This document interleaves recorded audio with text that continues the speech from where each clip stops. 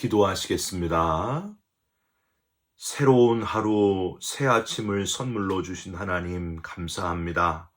오늘도 우리에게 이 하루가 그냥 주어진 것이 아님을 깨닫게 하여 주옵시고 세월을 아끼며 하나님을 기쁘시게 하는 하나님의 나라와 하나님의 의를 구하며 살아가는 우리 모두가 되게 하여 주시옵소서. 답답하고 괴로운 마음이 다 떠나가게 하여 주시고 나의 발을 사슴과 같게 하사 나로 하여금 높은 곳에 다니게 하시는 하나님의 신비한 은총을 오늘도 경험하게 하여 주시옵소서. 감사하며 예수 그리스도의 이름으로 기도 올리옵나이다. 아멘. 오늘 말씀은 베드로전서 4장 1절부터 11절 말씀입니다. 그리스도께서 이미 육체의 고난을 받으셨으니 너희도 같은 마음으로 갑옷을 삼으라. 이는 육체의 고난을 받은 자는 죄를 그쳤음이니 그 후로는 다시 사람의 정욕을 따르지 않고 하나님의 뜻을 따라 육체의 남은 때를 살게 하려 함이라. 너희가 음란과 정욕과 술취함과 방탕과 향락과 무법한 우상 숭배를 하여 이방인의 뜻을 따라 행한 것은 지나간 때로 족하도다. 이러므로 너희가 그들과 함께 그런 극한 방탕에 다름질하지 아니하는 것을 그들이 이상히 여겨 비방하나 그들이 산자와 죽은 자를 심판하기로 예비하신 이에게 사실대로 고하리라. 이를 위하여 죽은 자들에게도 복음이 전파되었으니 이는 육체로는 사람으로 심판을 받으나 영으로는 하나님을 따라 살게 하려 함이라. 만물의 마지막이 가까이 왔으니 그러므로 너희는 정신을 차리고 근신하여 기도하라. 무엇보다도 뜨겁게 서로 사랑할지니 사랑은 허다한 죄를 덮느니라. 서로 대접하기를 원망 없이 하고 각각 은사를 받은 대로 하나님의 여러 가지 은혜를 맡은 선한 청지기 같이 서로 봉사하라. 만일 누가 말하려면 하나님의 말씀을 하는 것 같이 하고 누가 봉사하려면 하나님이 공급하시는 힘으로 하는 것 같이 하라. 이는 범사의 예수 그리스도로 말미암아 하나님이 영광을 받으시게 하려 함이니 그에게 영광과 권능이 세세에 무궁하도록 있느니라. 아멘. 오늘은 베드로전서 4장 1절부터 11절의 말씀으로 육체의 남은 때를 서로 육체의 남은 때를 서로라는 제목의 말씀을 함께 나누고 함께 기도하는 시간을 갖겠습니다. 토니 에반스의 하나님 나라의 비전을 품고 사는 길이라는 책에 보면은요, 이런 예화가 있습니다. 어느 날 할아버지가 손녀에게 예쁜 인형을 사주었습니다. 그런데 그 인형은 며칠이 안 돼서 부서지고 말았습니다. 손녀가 인형을 가지고 놀 때 너무 과격하게 인형의 발을 잡고 바닥에 머리를 내동댕이 치면서 그렇게 놀았던 것입니다. 그런 모습을 바라보고 계속 보고 있었던 할아버지가 손녀에게 얘야, 그렇게 하면 안 된다. 그렇게 가지고 놀아서는 안 된다. 이렇게 말을 합니다. 그랬더니 손녀가 이렇게 대답을 해요. 할아버지, 이건 제 인형이잖아요. 할아버지 게 아니잖아요. 할아버지가 주신 이상 이제는 자기 거니까 자기 마음대로 해도 된다 하는 주장이었습니다. 할아버지는 손녀에게 할아버지가 손녀를 위해 인형을 사줄 때는 선한 의도로 사용하기를 바라는 의미였다 하는 걸 진심으로 전달했습니다. 그랬더니 손녀는 할아버지의 진심을 느끼고 부서진 인형을 살포시 끌어안아 주었다 하는 이야기입니다.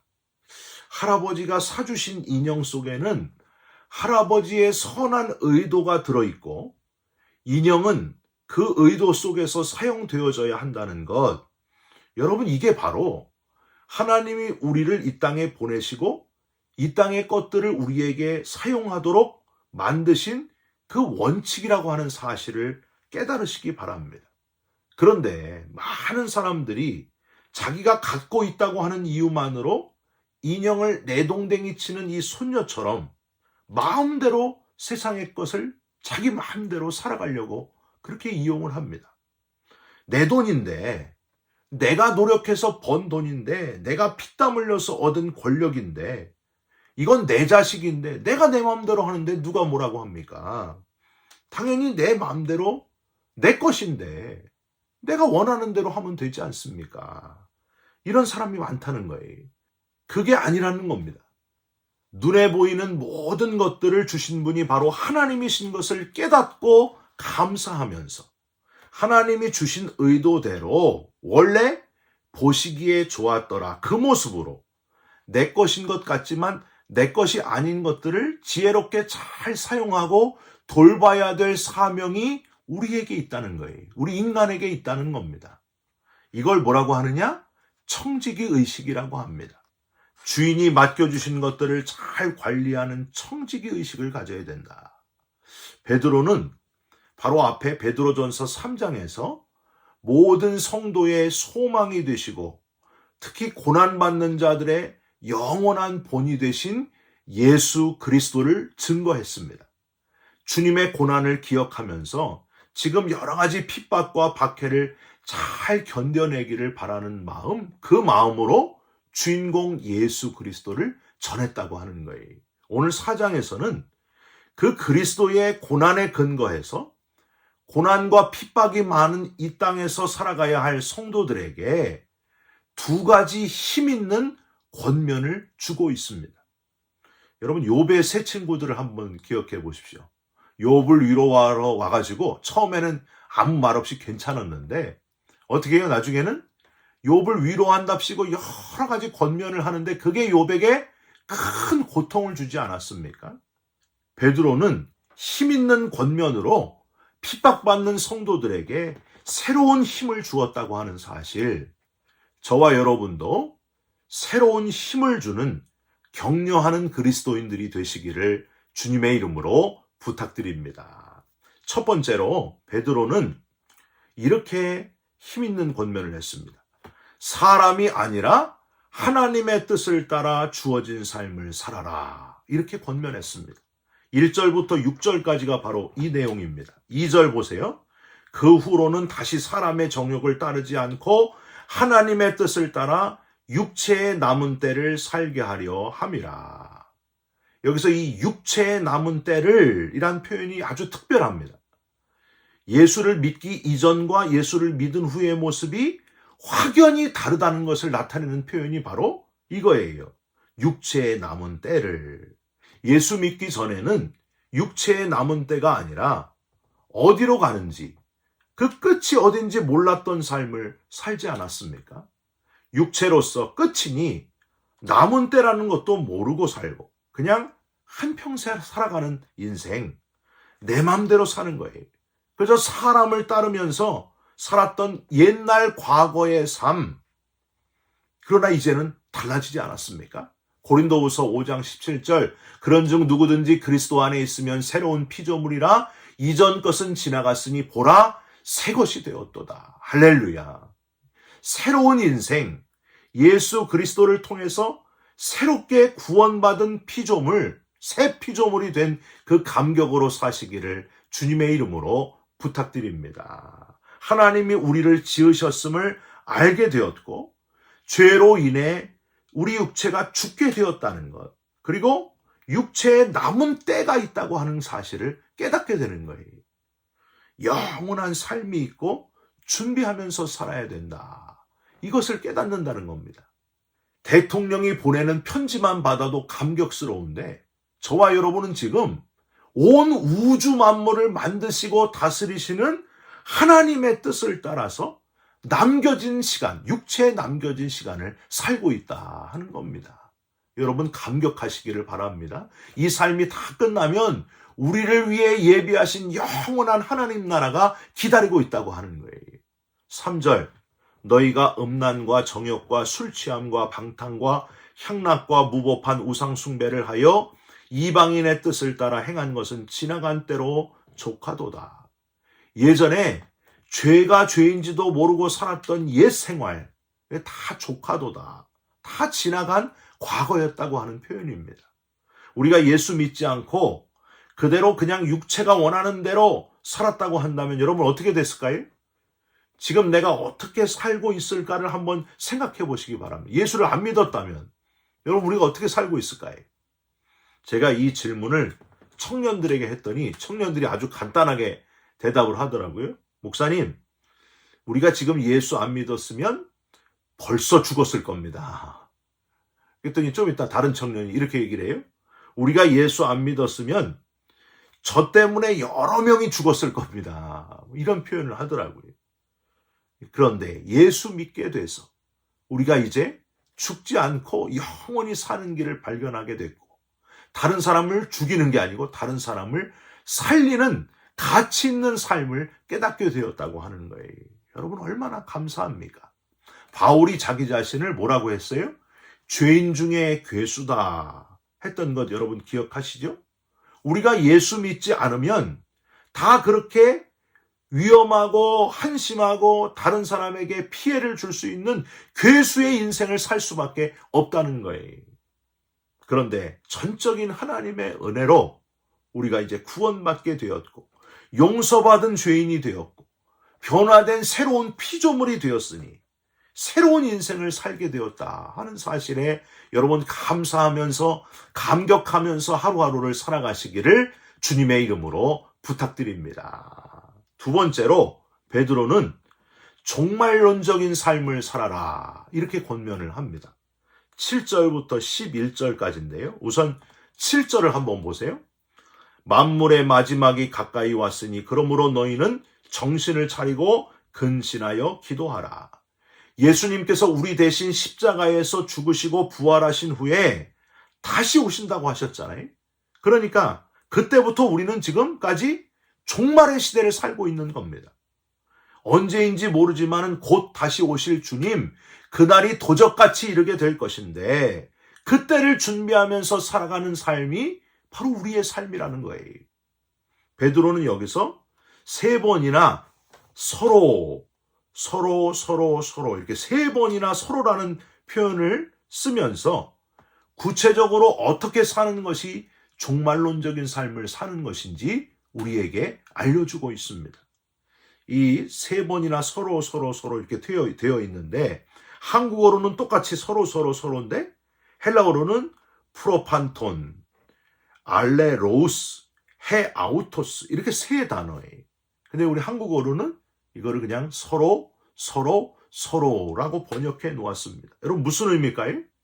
중요한 거는 혼자서 종말을 준비하는 것이 아니라 함께 지금 내가 있는 환경 속에서 나와 함께 있는 사람들과 함께 종말을 준비하면서 살아가는 삶을 살아가라. 바로 그 의미였다는 거예요. 8절 한번 보세요. 무엇보다도 뜨겁게 서로 사랑할지니 사랑은 허다한 죄를 덮느니라.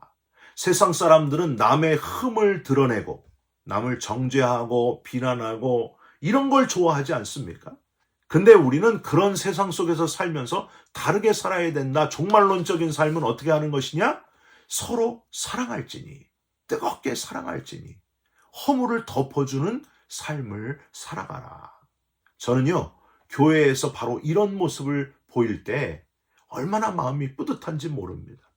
물질 때문에 힘들어하는 분들을 조용히 아무도 모르게 돕고 사랑을 베푸는 공동체. 여러분 이런 공동체가 세상에서 없습니다.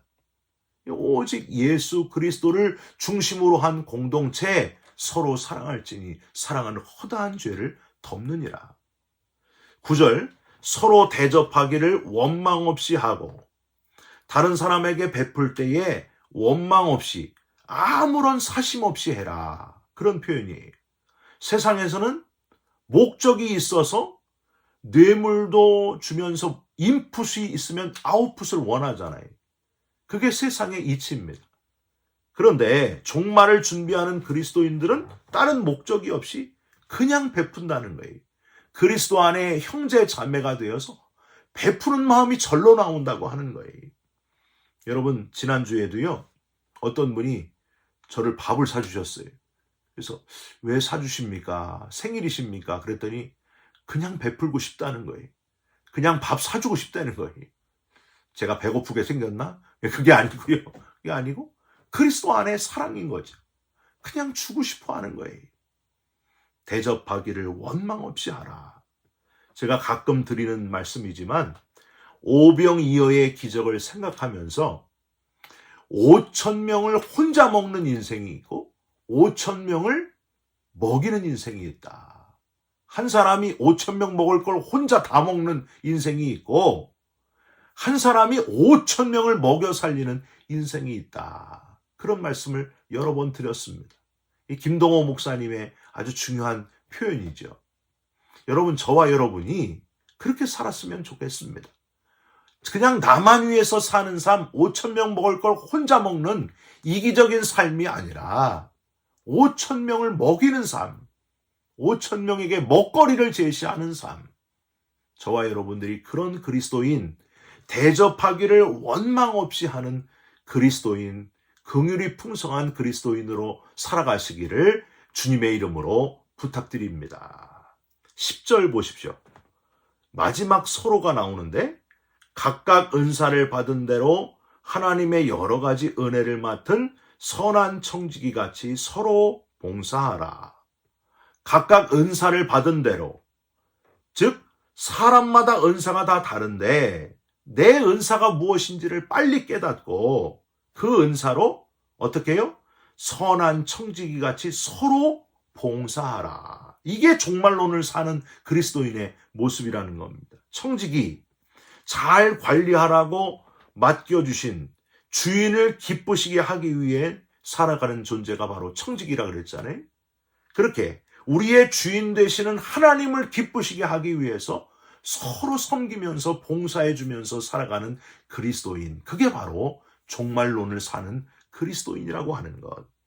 하나님이 기쁘시도록 내게 주신 은사, 어떤 분들은 부침개를 열심히 붙여가지고 새로 이사 온 사람들을 가가지고 그냥 주면서 열심히 관계가 좋아지면 이제 전도하는 거예요.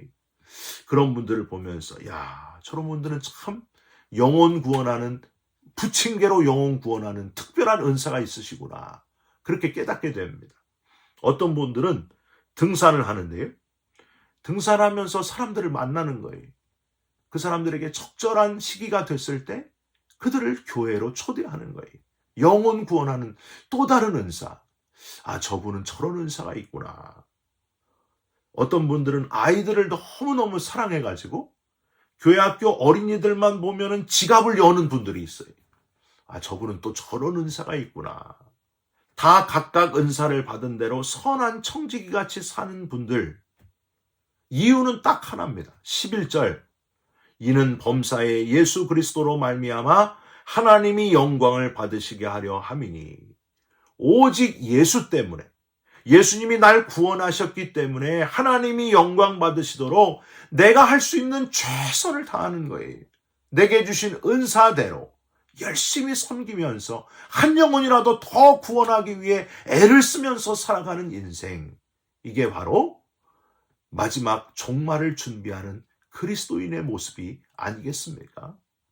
여러분, 오늘도 종말을 준비하는 그리스도인으로 서로 사랑하시면서 허물을 덮어주면서 서로 대접하시면서 서로 봉사하시면서 주님을 기쁘시게 하는 그리스도인으로 하루를 살아가시기를 주님의 이름으로 축원드립니다. 기도하겠습니다. 하나님, 예수 그리스도의 대속의 은혜로 구원받게 해주신 것을 감사드립니다.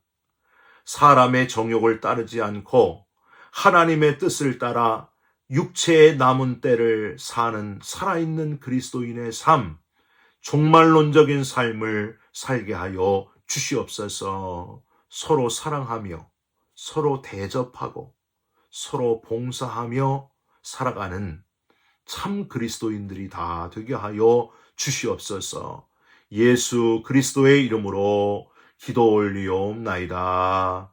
아멘. 하늘에 계신 우리 아버지여, 이름이 거룩히 여김을 받으시오며 나라가 임하옵시며 뜻이 하늘에서 이룬 것 같이 땅에서도 이루어지이다. 오늘날 우리에게 일용할 양식을 주옵시고 우리가 우리에게 죄진 자를 사하여 준 것 같이 우리 죄를 사하여 주옵시고 우리를 시험에 들게 하지 마옵시고 다만 악에서 구하옵소서. 대개 나라와 권세와 영광이 아버지께 영원히 있사옵나이다. 아멘. 사랑하는 성도 여러분, 사람의 뜻을 따라서 정욕을 쫓아가지 말고 하나님의 뜻을 따라서 육체의 남은 때를 살아가는 지혜로운 저와 여러분들이 되시기를 바랍니다. 여러분 사랑합니다. 축복합니다. 감사합니다.